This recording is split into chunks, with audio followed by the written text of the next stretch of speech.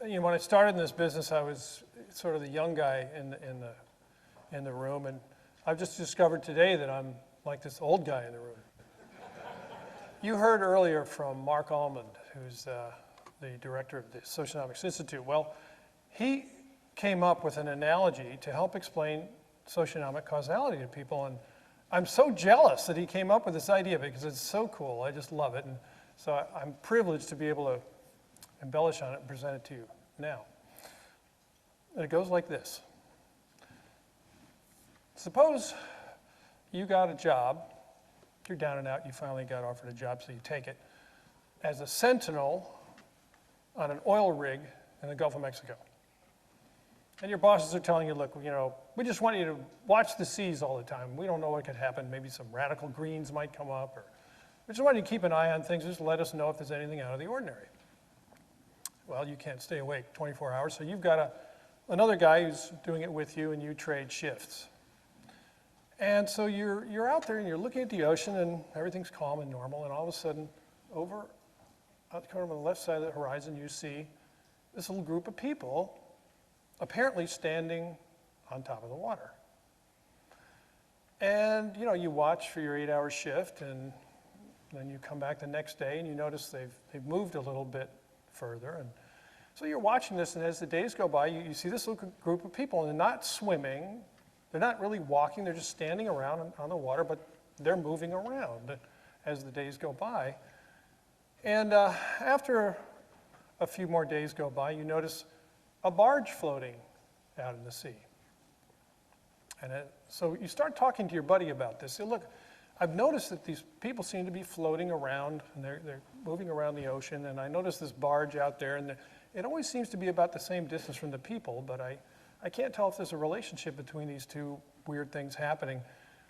Tell you what, when I'm on, I'm going to take this big blackboard here, and I'm going to write on it, and I'm going to follow the path of where the people are going, and the barge, and then when I'm sleeping and you're up here, you do the same thing, and we'll sort of graph it, and we'll see what we end up with. And so they agree to do this, and pretty soon, this is the picture that they've drawn. And the dotted line is the path that the people have taken, moving around on the surface of the water, and the dashed line, the thick dashed line, is the path that this barge has taken. And sure enough, the people are still there every day, and the barge is still there every day, and they're just doing these seemingly random moves, but the barge is still back there. And you start thinking, what could explain what's going on here? And your friend says, well, I've been thinking about it, and I've got a theory. He tells you his theory, and you kind of look at him oddly, and you say, well, that's kind of a weird idea you have, and here's the theory that he gives you. The barge has its own engine and goes where it wants. The people are psychic, and they are anticipating where that barge is going to go. They don't do it perfectly, so they kind of wander around in front of it. But as the barge follows, it proves that they have foreknowledge of where that barge is going. And that's my theory. And you say, well, I've been thinking about it too. And I have an explanation for this, because I really don't believe people can walk on the water. And you're kind of accepting that as magic. I don't think people are psychic either. You're kind of accepting these ideas that I think somehow we have to deal with reality here. So I have a different idea. I'm a socionomist, and here's the way I see it.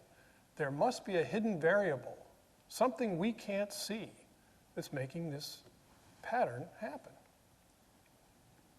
I'm postulating there's a submarine under the people. They're not walking, they're not swimming, they're just standing around. And there's probably some sort of towing device, a chain or something between the submarine and the barge. And this kind of explains it. Wherever the submarine wanders, that chain pulls the barge, but it doesn't follow immediately. It's not on the exact same path because there's this long distance, so it's kind of roughly following in the same path. He tells you, you're crazy. I don't see any submarine.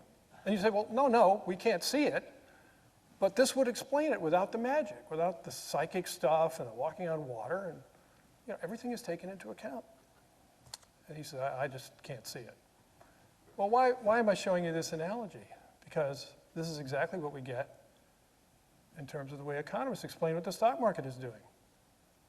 They say the economy is the driver, and the stock market follows in advance. How does it do that? Investors are psychic. Seriously. They say investors are looking into the future 3 to 6 months, and they're buying or selling their stocks in accordance with what the economy will do. The economy is running on its own. It's got its own engine. And these people are just somehow psychic. They know what the economy is going to do 3 or 6 months in advance. And that's the accepted explanation for why the stock market is the leading indicator. Socionomic theory says social mood is the driver, the stock market leads because it follows directly from that, and the economy follows at a distance because it takes time to make those decisions. There's no magic, no psychic. One thing follows another. It just causes direct causality. I kind of like that because I think it puts things into perspective. Most of the economists are saying, you guys are on the fringe. Well, I think when you look at this kind of explanation, maybe it's they who are on the fringe, huh?